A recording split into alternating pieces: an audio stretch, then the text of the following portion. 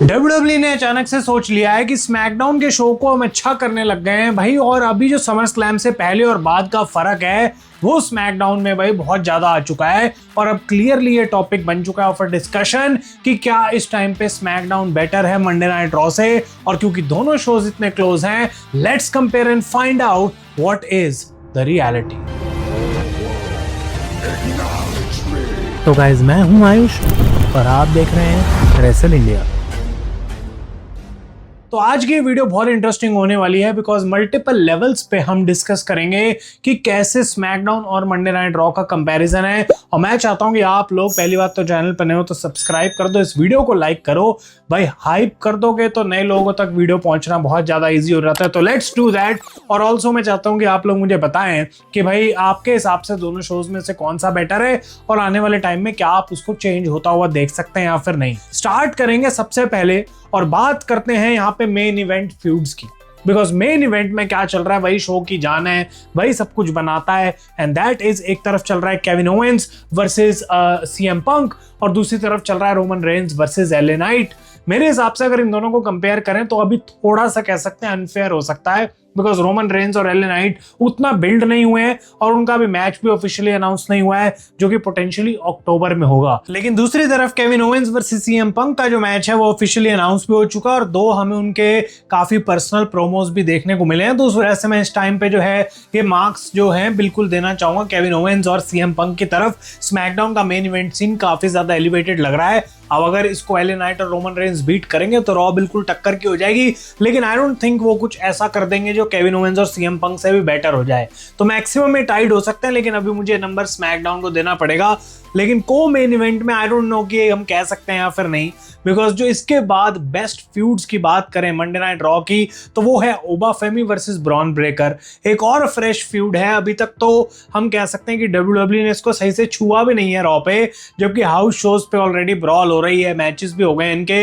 लेकिन दूसरी तरफ बात करें तो एक काफी स्ट्रॉन्ग फ्यूड चल रही है स्मैकडाउन पे and that is Cody Rhodes versus Randy Orton. तो ये स्टोरी लाइन रेसलमेनिया के मेन इवेंट से संडे नाइट्स मेन इवेंट तक चली गई है बिकॉज अब ऑफिशियली WWE ने अनाउंस कर दिया है कि ये रीमैच हमें संडे नाइट्स मेन इवेंट में देखने को मिलेगा। और दूसरी तरफ ब्रॉन ब्रेकर वर्सेस ओबाफेमी, कोई नामो निशान भी नहीं है कि कब इनका मैच हो सकता है। तो काइंड ऑफ हम कह सकते हैं भाई फिर से अनफेयर है, लेकिन यहाँ पे जो मैं है ना तब भी नंबर ब्रॉन ब्रेकर और ओबाफेमी को दूंगा बिकॉज मुझे ऐसा लगता है कि जो उन्होंने दिखाया है अपना 2 हफ्तों में कि कैसे वो एक कमाल की फ्यूड बनाएंगे भाई, उसी में मेरा इंटरेस्ट बहुत जाग गया है।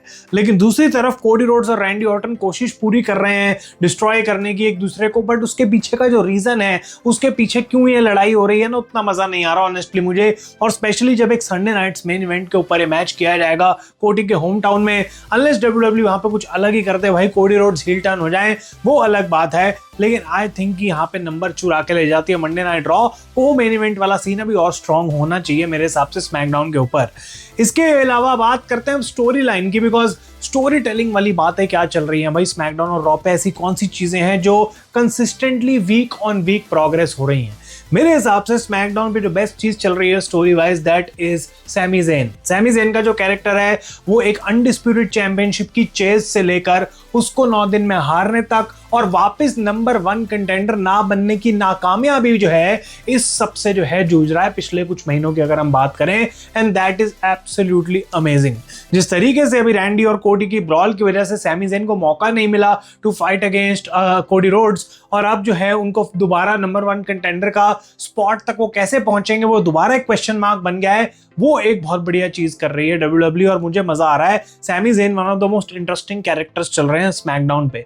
लेकिन दूसरी तरफ अगर बात करें तो मंडे नाइट रॉ पे सबसे ज्यादा जो स्टोरी ड्रिवन चीज इस समय चल रही है that is the blood line. और ब्लड लाइन में अब तो ऑफिशियली ऐड होने वाले हैं solo Sikoa on Monday night raw tomorrow. तो यहाँ पर जो है ना मुझे ऐसा लगता है कि अगर सोलो नहीं इन्वॉल्व होते तो उसकी वजह से जो है सैमी ज़ेन पूरा क्रेडिट लेके फिर से स्मैकडाउन की तरफ अपनी गाड़ी ले जाते। लेकिन इस पॉइंट पे मुझे ऐसा लगता नहीं है कि होने वाला है because solo Sikoa is just that good.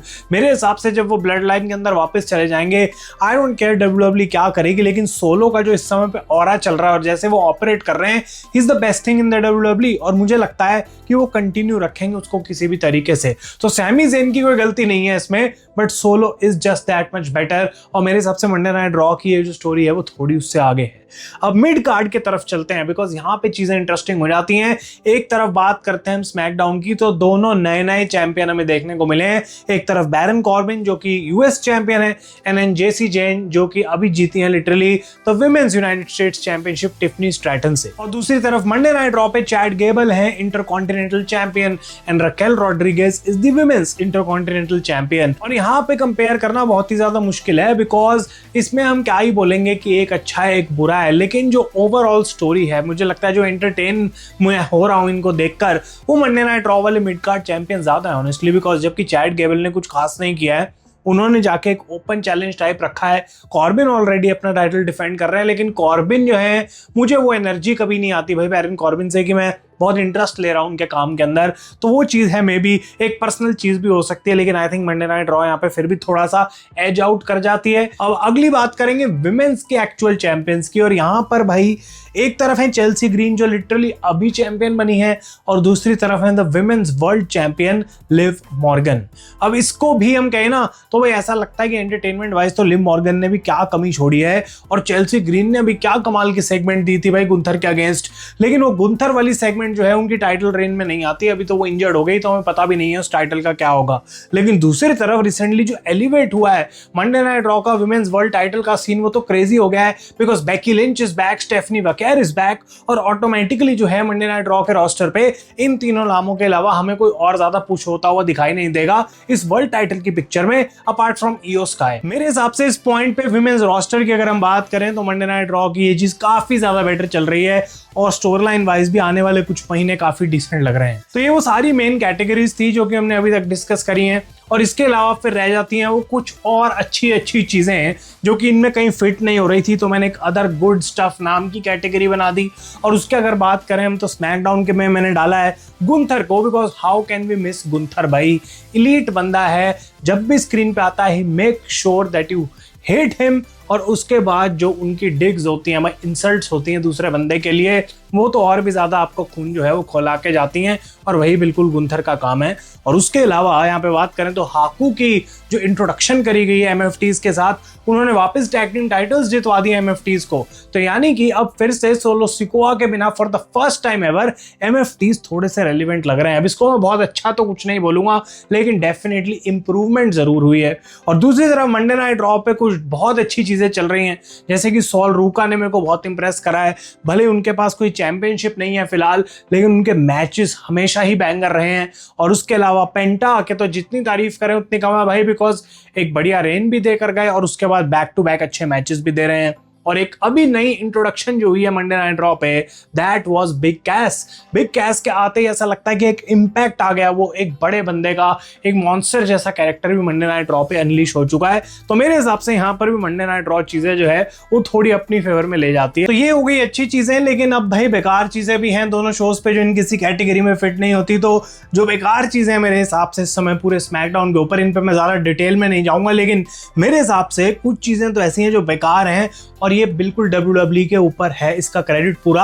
और उसमें से 3 नाम मैं लेना चाहता हूं, कार्मेलो hedge, trick Williams and Finn Balor. I know कि ट्रिक विलियम्स अभी यूनाइटेड स्टेट्स चैंपियनशिप आ रहे हैं, लेकिन मुझे उनकी बुकिंग फॉर सम रीजन बिल्कुल पसंद नहीं आ रही। फिन बैलर के बारे में तो मुंह बंद रखने में भलाई है, और कार्मेलो हेज के साथ जो किया जा रहा है, उनके होम टाउन में उनको मैच देख के हरवा दिया और वो सब, तो कुछ समझ नहीं आ रहा। और फिर अलेक्सा ब्लिस के साथ इतने टाइम से क्या चल रहा है, टेटम पैक्सली को ला रहे हैं, वो सब भाई जो है मेरी समझ के बाहर है। और मंडे नाइट रॉ पे अगर बात करें तो विजन का जो विजन है भाई, मुझे भी समझ नहीं आ रहा, तो किसी को समझ नहीं आ रहा कि ये ऑस्टिन थ्योरी और मैक्सिम वाली चीज कब तक चलती रहेगी। ऑनेस्टली उसमें कोई इंटरेस्ट नहीं है भाई। हाँ, देखने में फनी जरूर हो सकता है, लेकिन कहीं लीड कर रहा है या फिर नहीं वो समझ नहीं आ रही। एंड देन डैन हाउजन को लोग शायद आप में से कुछ पसंद करते हैं, बट वो मेरे लिए नहीं है भाई वो चीज़, मैं उसमें कोई ज़्यादा इंटरेस्ट नहीं ले पाता अनफॉर्चुनेटली। और उसके साथ साथ आते हैं जो हेनरी, जिसमें मैं कहीं ना कहीं डिसअपॉइंट हुआ हूँ, बिकॉज मुझे ऐसा लग रहा था कि जब वो आए WWE के अंदर उनको अच्छा ट्रीट करा जाएगा, लेकिन वो एक ग्रेड ए जॉबर बन के रह गए हैं। लेकिन सबसे बड़ी जो गंदी चीज इस समय मंडे नाइट रॉ पे चल रही है, that is the booking of Dominik Mysterio. मेरे हिसाब से डोमिनिक की जो बुकिंग है भाई, वो कहां से कहां चली गई। अगर आप पिछले कुछ हफ्तों में देखें तो समझ के पा रहे हैं, 5 जून को आई थिंक वो लास्ट मैच जीते थे कभी भी मेन रोस्टर के ऊपर, उसके बाद से एक मैच नहीं जीता है बंदा। और ट्रिपल ए में देखा जाए तो बुकिंग बिल्कुल नेक्स्ट लेवल चल रही है, कुछ अलग ही चल रहा है। तो वो थोड़ा सा डिस्कनेक्ट है मेरे हिसाब से वहां पे डोमिनिक की बुकिंग में। लेकिन ये चीजें मुझे ऐसा लगता है कि अगर अच्छी है मंडे नाइट रॉ पे, तो बुरी भी ज्यादा ही मंडे नाइट रॉ पे हैं। लेकिन अब इन शोज को बेटर क्या कर सकता है, कुछ नाम हैं जो कि शोज से गायब हैं और इन दोनों ब्रांड्स को अच्छा बना देंगे। स्मैकडाउन की बात करें तो ड्रू मैकिंटायर और रिया रिप्ली 2 ऐसे नाम हैं जो आ जाएं तो और ज्यादा स्ट्रांग हो जाएगा स्मैकडाउन का शो। और मंडे नाइट रॉ की बात करें तो नाओमी अभी आउट हैं और दूसरी तरफ से ब्रॉन्सन रीड इंजर्ड हैं। वो भी जब वापस आएंगे तो शायद विजन का जो है थोड़ी सी किस्मत दोबारा पलट सकती है। लेकिन इन सारी डिस्कशंस के बाद मैं ये बात बोलना चाहूंगा कि जबकि स्मैकडाउन समर स्लैम से पहले वाली तो आसपास भी नहीं थी भाई, देखने का भी मन नहीं करता था, 3 घंटे मुश्किल से निकालने पड़ते थे। लेकिन जब से पहली बात है शो वापस 2 घंटे का हुआ है और जब से ये समर स्लैम के बाद एकदम से कहानी में चेंज आया है और ये नई स्टोरीज बिल्ड करी जा रही हैं, बहुत क्लोज चली गई है SmackDown towards Monday night raw. लेकिन इसका मतलब ये नहीं है मैं बोलूंगा कि अभी मंडे नाइट रॉ से स्मैकडाउन बेटर हो गई, अभी भी काम करना थोड़ा बाकी है। लेकिन जिस स्पीड से वो आगे बढ़ रहे हैं, मंडे नाइट रॉ को भी उसी हिसाब से कैचअप करना पड़ेगा या डिलीवर करना पड़ेगा, नहीं तो इवेंचुअली स्मैकडाउन बेटर शो लगने लगेगा मंडे नाइट रॉ के सामने। और आई डोंट थिंक वो चीज नेटफ्लिक्स को पसंद आएगी। तो अगर आप लोग इस ओपिनियन से एग्री करते हैं मुझे कमेंट्स में जरूर बताना। और ये सब बोलने के बाद तो मुझे ऐसा लग रहा है यार, काश वॉर गेम्स वाला मैच स्मैकडाउन वर्सेस रॉ के बीच में ही हो जाता तो कितना बढ़िया लगता भाई इस साल का जिस हिसाब से रोस्टर सेटअप है। लेकिन ऑफ कोर्स WWE वैसा करने नहीं वाली है। तो अगर आप लोगों को ये वीडियो अच्छी लगी वैसे लाइक करेगा। तब तक के लिए thank you so much for watching. मैं हूं आयुष और आप देख रहे हैं रेसल इंडिया।